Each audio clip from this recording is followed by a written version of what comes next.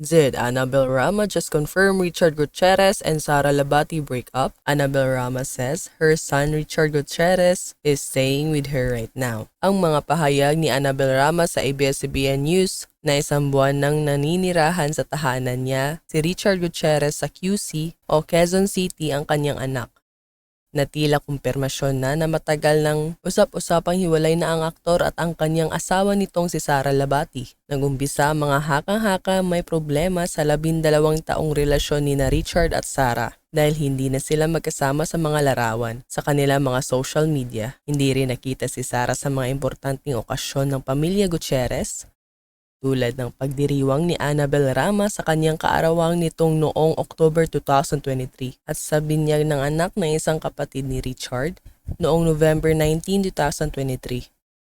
Kilala si Annabel Rama sa pagiging prangka at tagapagtanggol ng kanyang mga anak. Siya ang unang-unang nagsalita kapag walang katotohanan ang mga kontrobersyang kinasasangkutan ng kanyang mga anak. Ang pananahimik niya mula nang nag-umpisa ang mga espekulasyong hiwalay na sina Richard at Sara ang naging basihan ng publiko na may problema nga sa pagsasama ng dalawa. Hindi naman nagkamali ang mga tao sa kanilang kutob nang magsalita na si Annabel Rama sa ABS-CBN News. Sinabi niyang isang buwan nang naninirahan si Richard Gutierrez sa tahanan nila sa Quezon City. Pagkatapos ng Pasko, maglilipat na raw si Richard Gutierrez ng mga gamit nito mula sa tahanan sa Alabang na tinitirahan nila ni Sara at ng kanilang dalawang anak.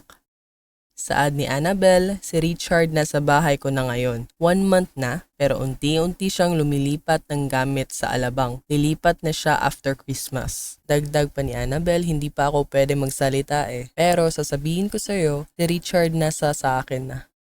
Ayon kay Annabel Rama na nasa poder ngayon ni Richard ang dalawang anak nila ni Sara. Biyernes na madaling araw, December 8, 2023, nang lumabas ang panayam ni MJ Felipe kay Annabel Rama na binanggit ding hindi kasama si Sara sa pagdiriwang ng pamilya Gutierrez ng Pasko at Bagong Taon sa Japan. Sama-sama buong pamilya ko, menos lang yung isa, natawang sabi ni Annabel. Nang tanungin kung may gusot sila ni Sara, sagot ni Annabel, hindi ko siya kinakausap, wala akong time makipag-usap sa kanya. Sa ngayon, hindi pa nagsasalita si Sara Labati sa mga revelasyon ng kanyang biyenan tungkol sa balitang hiwalay na sila ni Richard Gutierrez. May pahiwatig si Annabel Rama na may kinalaman sa usaping pananalapi ang isa sa mga pinagmulan ng hiwalayan ng mag-asawa.